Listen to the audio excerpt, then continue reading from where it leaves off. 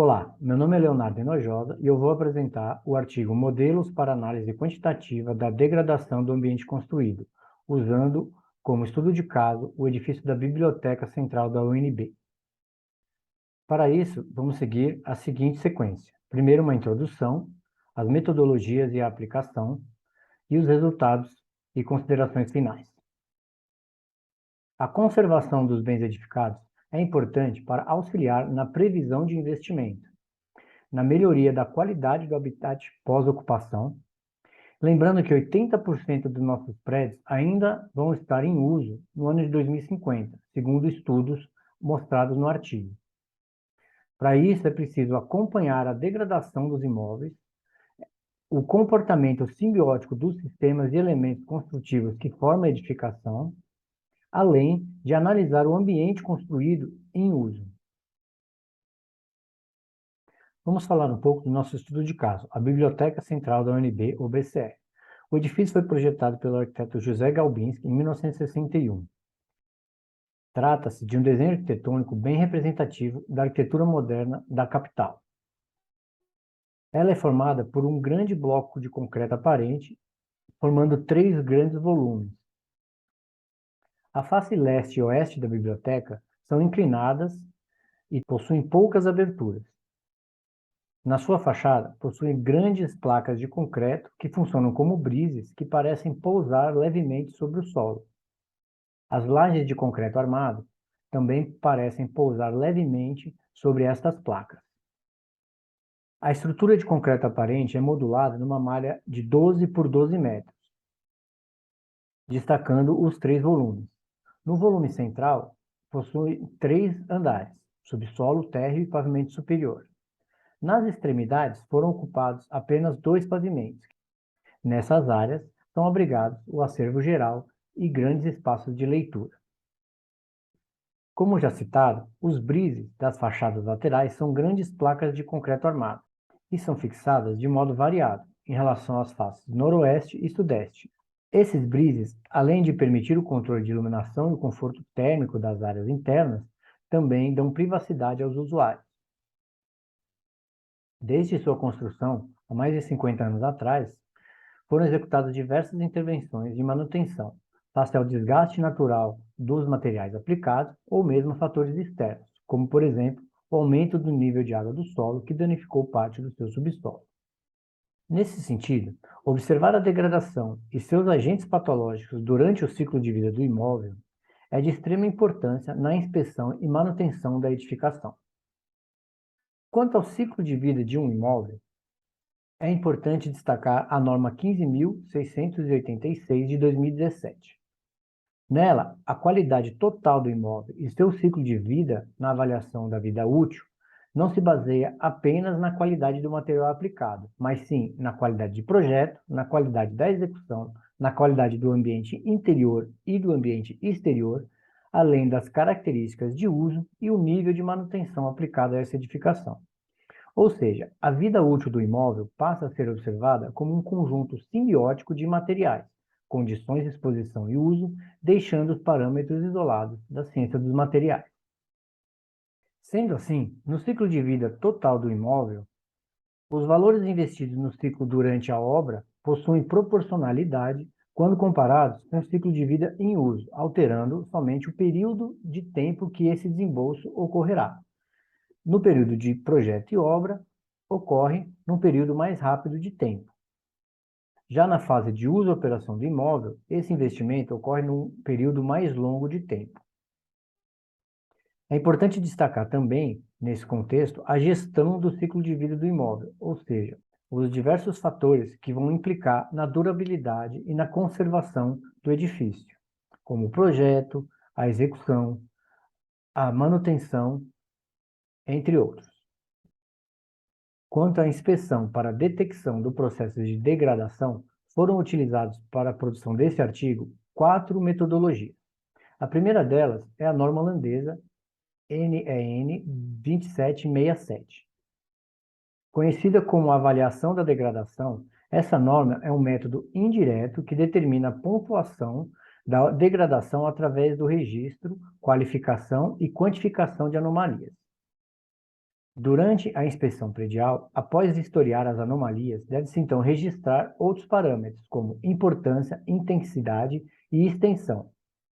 A tabela à direita mostra o conjunto de valores pré-fixados do dano com faixas de extensão afetada, ao passo que na tabela aqui à esquerda é exibida uma escala de 6 pontos, também parametrizada.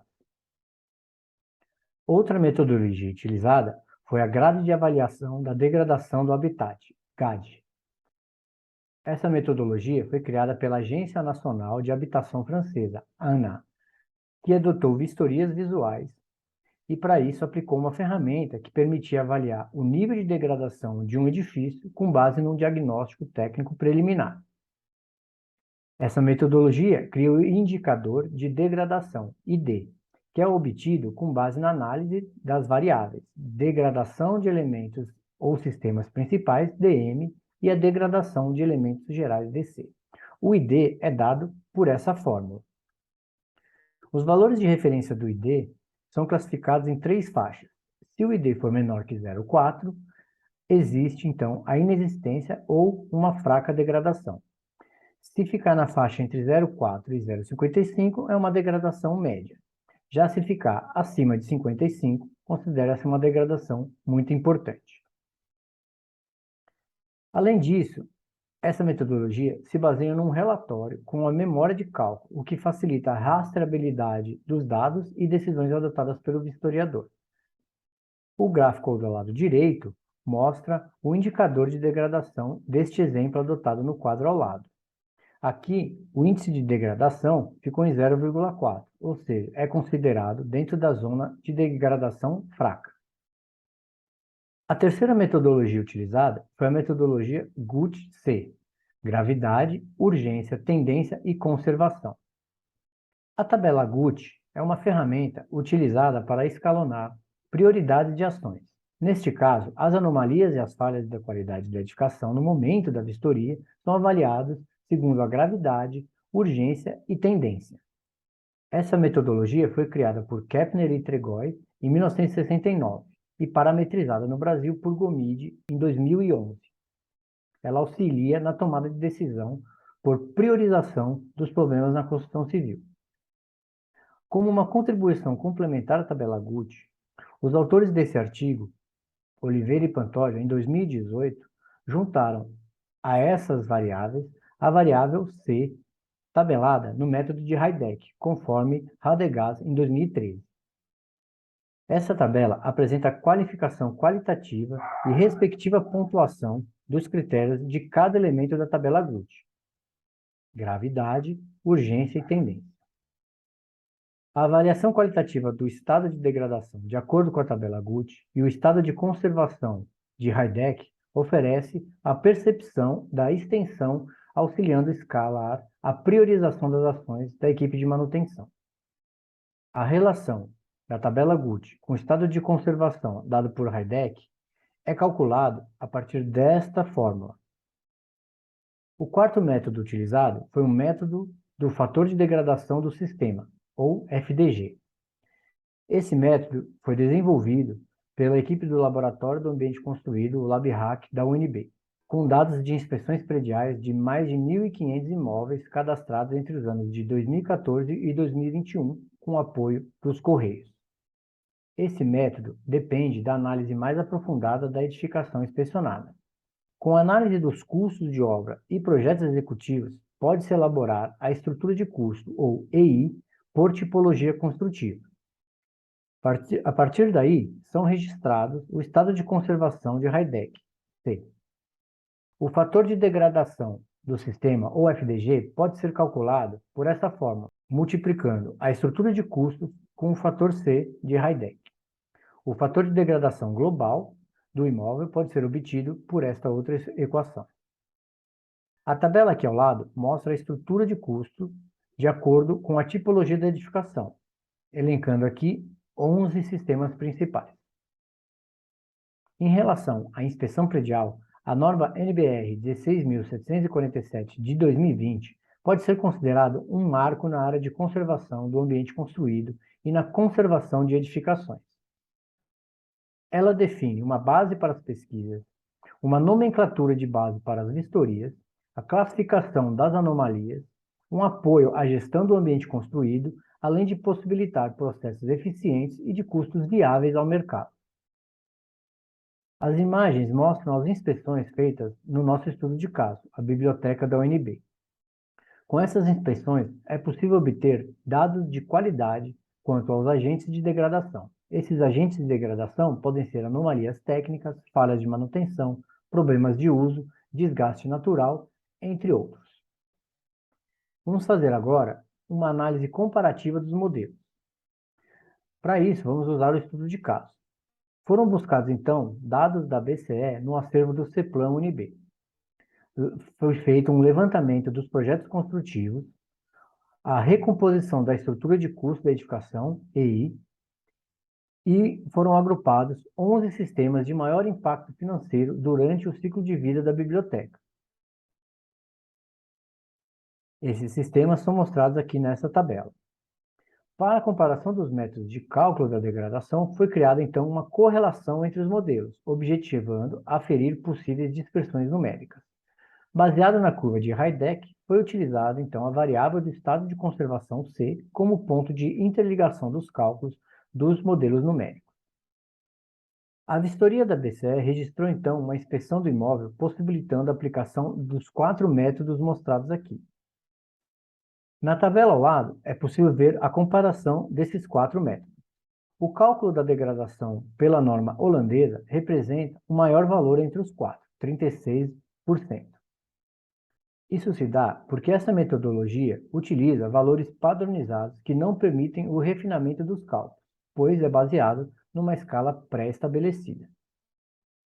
Podemos observar também que no método GAD, o índice de degradação ficou na faixa de degradação fraca.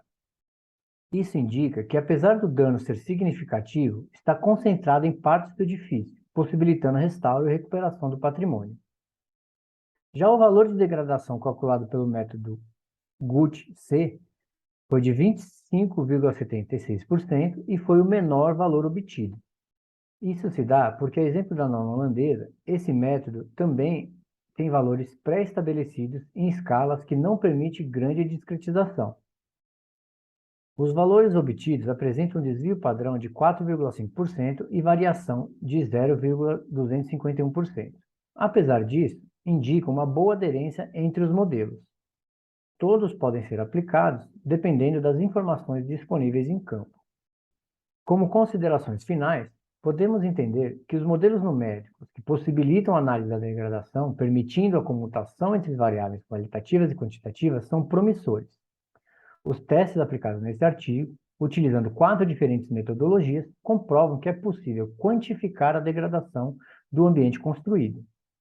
Este é um auxílio significativo na gestão do ambiente construído, permitindo escalonar os investimentos da manutenção e a recuperação dos empreendimentos. Abre-se, então, uma linha de interesse na inspeção predial e a sua eficiência na gestão financeira e conservação do ambiente construído. Seguem a bibliografia utilizada nesse artigo. Em nome do LabHack da UNB, obrigado pela atenção.